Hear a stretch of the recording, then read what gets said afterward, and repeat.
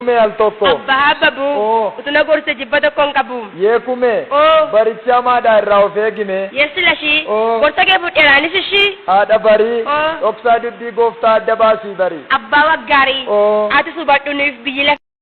Nagaa faraarri jaalalli gooftaa isiniif haa ta'u akkam jirtu hordoftoota chaanaalii yuutuubii siifoo fi feesbuuka siifoo jalatti argamtan akkam jirtu nagaa jirtu an nagaa guddaa qaba gooftaa galatu har'a waan sadii takka laalla sadan isaa maalidha akka milkoomnee fi maaltu gufuu nutti ta'a yookiin maaltu duubatti nu deebisa isa jedhu laalla tokkoffaa hiriyyaadha hiriyyaan gadheen amala gadhee mancaaftii akkuma jedhamu hiriyoonni hiriyyummaa nutti fakkaatanii nutti dhiyaatanii hiriyyaa gaarii nuuf fakkaatanii afaan nutti kuulanii duuba isaanii boolla nuuf qotu taanaanii milkaa'ina keenya irratti gufuu ta'u.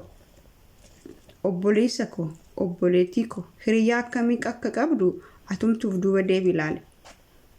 Hiriyyaa afaanii sitti fakkeessee boolla siif qotu qabda taanaan milkaa'ina kee irratti gufuu ta'a gatii ta'ee fi hiriyyaa akkasiirraa immoo of duuba kan biraa immoo abdii kutachuudha.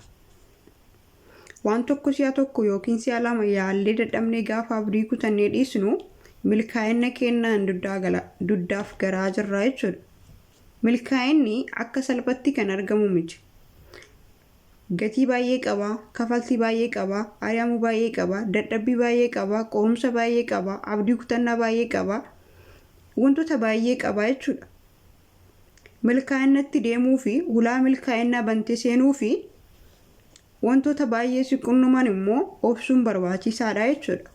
Kanaaf ni milkaa'aa jettee kaatee milkaa'ina keessatti mudannoo si mudatu tokko ilaaltee of duuban deebiin. Jabaaduu itti fuufi balbala milkaa'inaa banameetii eegaa jiru sanitti immoo galuudhaaf carraaqqis hin jedhu. Sadaffaa.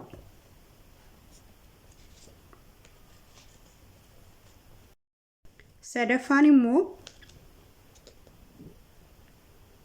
ufuma keenya akka milkoomne gufuufitti ta'uudha. Waan tokko gaafa yaaluudhaaf kaanu lakki hin danda'u anoo. Lakki anuu humna hin qabu. Lakki anuu dandeettii hin qabu. Lakki anuu dubbadheen dhageessifadhu. Lakki anuu jedhee hin jaalatamu. Lakki anuu iddoon sun naaf hin malu. Lakki anuu akka nama ebaluu sanii miti gaafa jennu milkaa'inaan waliin arginu. Uummanni keenya keessattuu uummanni Oromoo nama milkaa'uudhaaf carraaqan caalaa nama milkaa'an faana fiiguu jaalatu. Inni immoo akkamitti akka milkaa'e isaaf rabbitu beeka. Ani milkaa'uudhaaf karaarra jira yoo ta'e namni jabaadhuu milkaa'e jedhee na tumsee na gargaaree na wajjin hojjetee hamilee naaf ta'ee harka na qabee na milkeessu hin jiru. Garuu gaafa milkaa'e namoonni harka na dhaan danuudha. Kanaaf maal gochuu qabda yaa obboleessa koo yaa obboleettii koo milkaa'inni kophaadha. Jireenya jiraachuu qabdullee kan filattu kophaadha. Kanaaf milkaa'uudhaaf kutannoo fi murannootu barbaachisa. Abdiin kutasinaa, hiriyyaa gadheetti hin hiriyoominaa. Ufii keetii ammoo waa gochuu hin danda'u ufiin keetiin jettee ofirratti hin dubbatinii siin jechuu barbaada. Keessattuu milkaa'ina irratti gufuu kan nuti ta'u maalidha? Sodaadha. Keessa keenya waan tokko baafnee hojjechuudhaaf dubbachuudhaaf yoo karoorsinii kan sodaannu ta'e iddoo barbaanne san ga'uu hin dandeenyu. Milkaa'uuf immoo obsa qabaachuu, abdii qabaachuu, ofitti amanamummaa qabaachuu, hiriyyaa gaarii qabaachuu, maatii jabaadhu siin jedhu qabaachuutu si barbaachisa. Kun hundumtuu hin jiru yoo ta'e ati ofii keetti gahaadha. Lafa gahuu barbaaddu san gahuudhaaf kutannoo qabaachuu qabda, obsa qabaachuu qabda, abdii qabaachuu qabda, ofitti amanamummaa qabaachuu qabda. Gaafa milkoofti immoo namoota naannoo kee marsanii harka siif qabanii fi hamilee siif dhaandanotu jira. Maal jechuu barbaade dhumarratti? Nama milkaa'uudhaaf nama guddachuudhaaf carraaqu hamileetaa fi wal gargaaraa wal jabeessaa jabaadhu waliin jedha. Namni kenna waan guddaa walii ta'uu miti. Waanuma maatiroo sekendii takka keessatti walii gochuu danda'u. Sababni isaa maaliif? Na caalee yoo argame oo jedhee madaala gatii ta'e.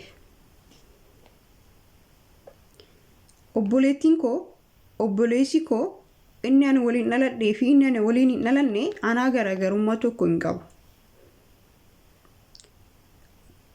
Inni waliin dhalatellee yoo milkaa'e natti tola.